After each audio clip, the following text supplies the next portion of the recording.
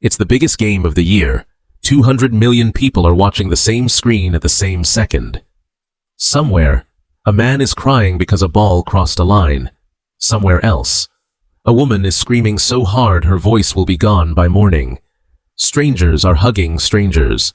Grown adults are on their knees in living rooms, hands over their mouths, hearts pounding like they're the ones on the field. And in a quiet room, not far away, someone is watching all of it happen and feeling absolutely nothing.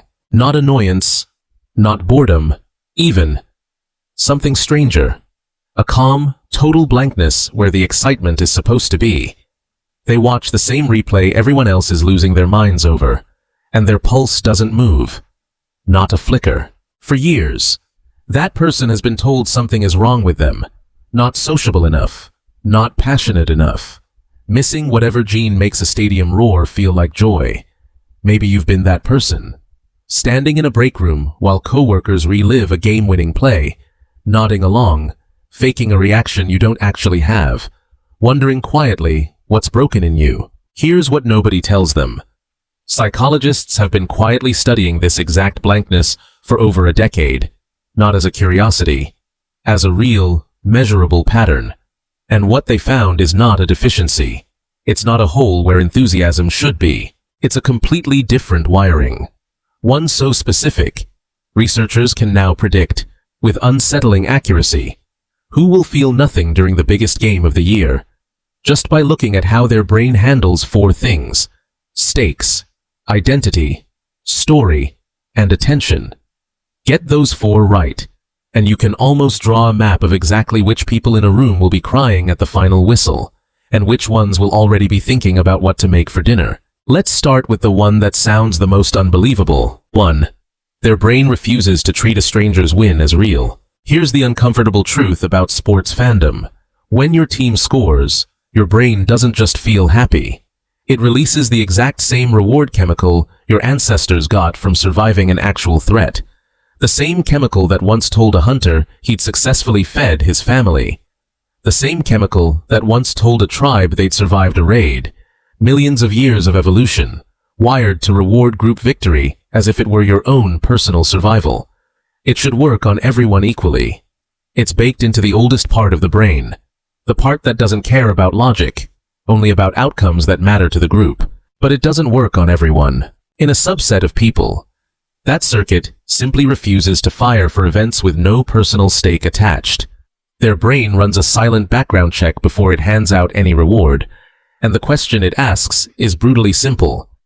Did this affect me, my safety, my resources, my actual life? And when the honest answer comes back, no. 22 strangers on a field, wearing colors that were picked by a marketing department decades ago. The reward system stays dark. This is why you'll sometimes see someone at a bar during the biggest game of the season, glancing up at the screen out of mild curiosity, then going right back to their conversation the second the play ends. It's not rudeness. It's not disrespect. Their brain simply never opened the vault. Not broken, just impossible to fool with borrowed stakes. Researchers studying this have found that the same person who feels absolutely nothing during a championship can feel their heart pound during something that would look, to an outsider, far less dramatic. A close call in traffic on the way home, a tense email from a boss, a personal deadline coming down to the wire. The wiring isn't dulled, it's simply pointed somewhere else entirely, somewhere the cameras never think to look. 2. They never joined the tribe in the first place. Sports fandom is one of the last places in modern life where you're allowed to merge your identity with a group and call it completely normal. Nobody blinks when a grown man paints his chest in team colors and screams at a television. Psychologists have a name for this: identity fusion. The exact moment my team quietly stops being a separate thing and starts becoming me. It's why a loss doesn't just feel disappointing, it feels personal, like something was taken from you directly, even though you never touched the ball. Some people never fuse. Ever. Not with a team. Not with a fandom. Sometimes not even with a workplace or a hometown. Their sense of self simply will not dissolve into a crowd's fate, no matter how loud the crowd gets, no matter how many people around them are draped in the same jersey. Ask them who they are, and the answer never includes a team name. And here's the part that should unsettle you a little. The same trait that keeps them cold during game day is the trait researchers link to resistance against mob mentality, propaganda, and groupthink in general. The people least likely to get swept up in a stadium chant are often the same people least likely to get swept up in a dangerous crowd, a cult-like movement, or a viral panic. What looks like indifference on the surface might actually be a kind of psychological immunity underneath. Not everyone who doesn't cheer is missing something. Some of them are simply harder to absorb. 3. Their brain is quietly starving for an ending. A season never truly ends. There's always next year, a trade, a rebuild, a redemption arc still to come, a rival still to be settled. For some minds, that endlessness is intoxicating. It's the whole appeal. The story never has to stop, so the hope never has to stop either. For others, it's the exact opposite of satisfying. Something in their wiring demands closure. A final page, a last scene, a story that actually stops and lets them exhale. People chasing closure don't experience an open-ended season as thrilling. They experience it as an unresolved itch they can't reach, a door that never quite shuts, a sentence that never quite ends. It's uncomfortable in a way they usually can't articulate. So instead, they quietly retreat into stories that do end.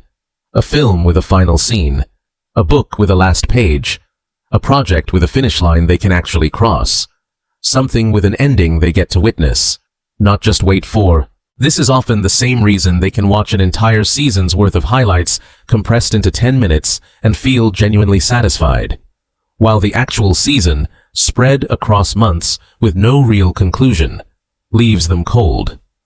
It was never about the content. It was always about whether the story respected their need for an actual ending. And that single difference in how a brain processes narrative can predict, almost perfectly, who becomes a lifelong fan and who walks away and never looks back. It's not about attention span. Some of the people who can't sit through a season can sit through a 600-page novel without blinking. It's about what kind of story their mind is actually built to hold. Ask them why they never got into a franchise's sprawling multi-decade rivalry, and they'll often say something like, "It never really goes anywhere," even though, statistically, plenty happens every single year. What they mean is that nothing in it ever truly resolves. The rivalry just resets, season after season, forever, and their brain quietly refuses to invest in a story with no destination. 4. Their attention was never built to watch.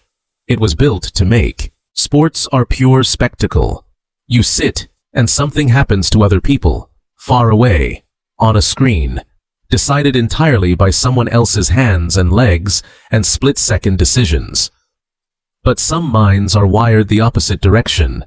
Their attention doesn't want to observe an outcome. It wants to produce one. Give that mind a stadium full of noise, and it feels like static, like being trapped inside someone else's story with no way to influence a single second of it. Give it a blank page, a broken machine, an unsolved problem, and suddenly it's fully alive, fully awake, in a way a scoreboard could never manage. This is not introversion, even though people love to assume it is. Plenty of loud, social, life-of-the-party extroverts feel absolutely nothing during a game either. It's something deeper than personality type. It's a fundamental preference for where the brain prefers to spend its limited processing power, on watching things unfold in real time, or on making things happen with their own two hands. Ask this kind of person what they were doing during the last championship game, and the answer is rarely watching television. It's usually something built, written, fixed, or finished. 5. The intensity they're missing was never actually missing. Here's the twist almost nobody expects. Sports fans aren't weak for feeling overwhelming emotion over a game. That's an important thing to say clearly, because this video is not about looking down on people who cry during a championship. For many of them, that stadium is the only socially acceptable outlet they have for feelings they can't express anywhere else in daily life. The screaming, the crying, The heartbreak in the parking lot afterward, it's real emotion, fully earned, with nowhere else in modern life to safely go. People who feel nothing during the game usually aren't emotionally empty in return. They already have an outlet, somewhere quieter and more private, a craft, an ambition, a relationship, a creative project, something that already produces their own highs and lows without needing a stadium to manufacture them. They're not walking around numb. They're not borrowing intensity from a scoreboard because they're simply not missing any intensity in the first place. It's already spoken for, somewhere else, somewhere the cameras never point.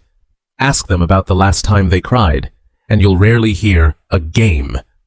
You'll hear about a finished project, a hard conversation, a personal milestone nobody else in the room ever saw happen. 6. Crowds don't excite them. Crowds drain them. Some brains are calibrated to seek scale, noise, thousands of voices merging into a single roar, and they feel more alive because of it, more connected, more electric, like they've plugged into something bigger than themselves. Other brains are calibrated the exact opposite way. The same stimulus that floods a fan's system with euphoria floods theirs with something closer to overload. A static hum that drowns out everything else. A sensory assault dressed up as entertainment. It's not that the stadium fails to move them. It actively works against them, in a very physical, very real way. Their nervous system reads the noise, the crowding, the unpredictability of thousands of bodies moving at once, not as celebration, but as a threat signal. And so their brain quietly pulls the exit strategy long before anyone else in the room even notices they're gone. They're the one who volunteers to grab more snacks and takes an unusually long time coming back. Not because they don't care about you, because the room itself is quietly working against their wiring. Some of them can describe the exact physical sensation, a tightening behind the eyes, a ringing pressure in the ears, a sudden urge to be anywhere quieter. That has nothing to do with whether their team is winning or losing. 7. Their competitive fire never went out. It just changed targets. This is the twist that changes everything you've assumed so far about this entire topic. The people who feel nothing watching two teams fight for a trophy are often the most quietly competitive people you will ever meet in your life. Just never on someone else's behalf. Never borrowed. Never outsourced to 11 strangers wearing a jersey. Their rival isn't the opposing team. It's who they were yesterday, last month, last year. Their scoreboard isn't on a screen with someone else's name on it. It's a deadline they set for themselves. A personal record only they will ever know they broke. A version of themselves they are trying to outrun in complete silence, with absolutely no crowd watching, no cameras, no highlight reel waiting afterward. Just the quiet, private satisfaction of knowing they did better than last time. Psychologists sometimes call this internal locus of competition, and it shows up in strange, easy-to-miss places. The person who quietly times their own morning run, week after week, with nobody ever watching. The one who rewrites the same paragraph a dozen times until it finally feels right, with no deadline forcing them to. The one who remembers their own mistakes from years ago in exact, specific detail, not because someone is keeping score, but because they are, silently, for an audience of one. Watch this kind of person closely, and you'll notice something. They don't lack drive. If anything, they have more of it than most people around them. It's simply never public. It never needs an audience to feel real. 8. They were probably the quiet kid who noticed everything and said nothing. Trace this pattern back far enough, and it usually doesn't start in adulthood. It starts in childhood, often in a very specific kind of childhood. Not a sad one, necessarily. Not a deprived one, just a quieter one. The kid who sat at the edge of the birthday party instead of the middle of it. The one who preferred one deep conversation with a single friend over a loud group of 10. The one who read alone at recess. Not because nobody liked them, but because a book felt more interesting than a game everyone else was screaming about. That kind of child grows into an adult with a nervous system already calibrated for depth over spectacle. They learned early that meaning comes from close attention to one thing, not scattered attention across a crowd. Give that child a stadium at age 8, and it probably felt too loud, too fast, too much information with too little payoff. Give them a single puzzle, a single story, a single quiet hour with one person they trusted, and it felt like the entire world made sense. That early wiring doesn't disappear by adulthood. It just gets a new label. Instead of the quiet kid, it becomes the person who doesn't care about sports.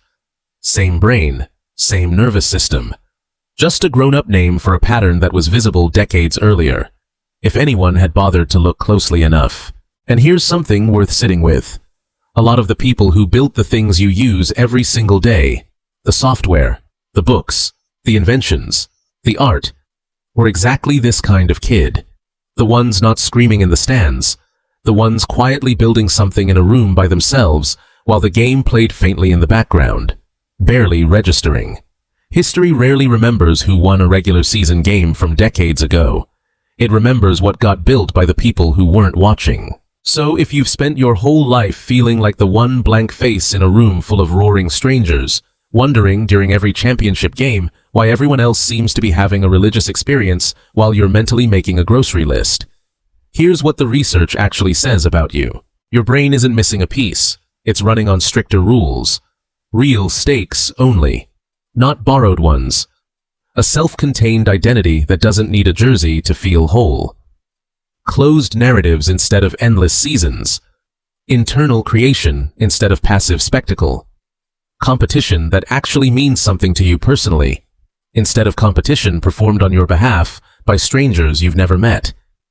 And a quiet, early-formed preference for depth over spectacle that was probably visible in you before you even knew what a stadium was for. None of this means something is wrong with the people screaming in the stands either. Their joy is real. Their tribe is real to them. And there's nothing shallow about finding meaning in something shared with thousands of other people at once. This isn't a competition about who feels things correctly. It's simply a map of two very different, very valid ways a human brain can be built to find meaning in the world. And in a world absolutely flooded with manufactured excitement, engineered by marketing departments and broadcast networks to make you feel something on command, at a scheduled time, on a scheduled channel. Timed down to the commercial break. Maybe refusing to feel it until it's real isn't a flaw at all. Maybe, out of everyone in that roaring room, you're the one whose emotional compass still actually works. Still calibrated to real stakes. Still refusing to be told what to feel and when to feel it. Still waiting, quietly, for something that actually deserves the reaction. And when it finally shows up, you'll know. Because unlike everyone else in that stadium, nobody will have had to convince you first.